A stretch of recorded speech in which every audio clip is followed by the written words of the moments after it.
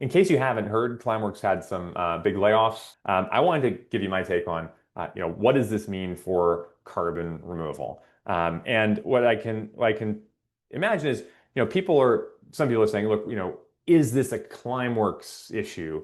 Is this a direct air capture issue?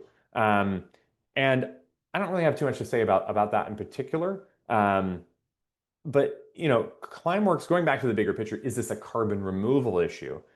Climeworks' layoffs is most likely a function of the lack of demand for carbon removal credits.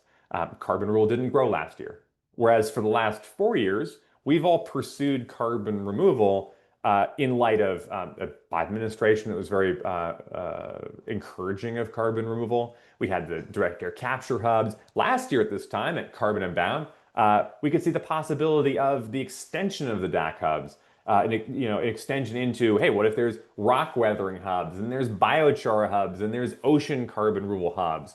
And teams were building with that in mind, saying, look, we're gonna grow our team, we're gonna be ready for this new demand when it comes. From the, whether it's the Biden administration and kind of the halo effect around all that in terms of climate policies worldwide. And now it's a different world.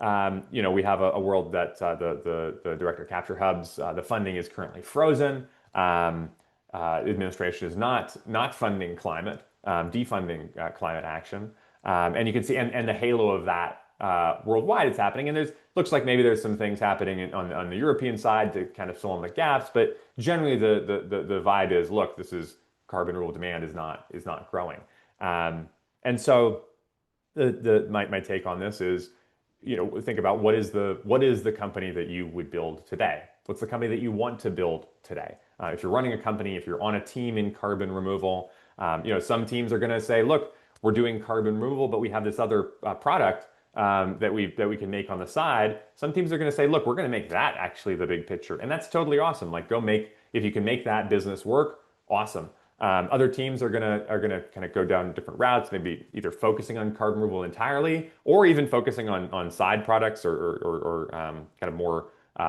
revenue generating products. And so, especially if you're in direct air capture, I think these questions are going to be coming up. I'd encourage you, if you're a leader in carbon removal, either of your company, on your team, in your community, be on the lookout for people having concerns, people having questions. What is this a Climeworks issue, or maybe they have complaints about Climeworks? Okay, is this a direct air capture issue?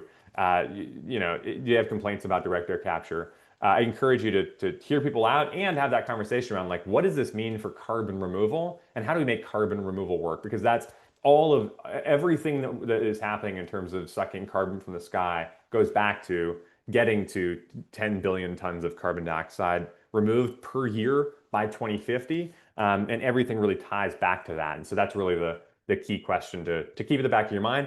And while you're talking with your team, if your investors have questions, things like that, just keep that in mind and go build awesome businesses that remove carbon from the sky.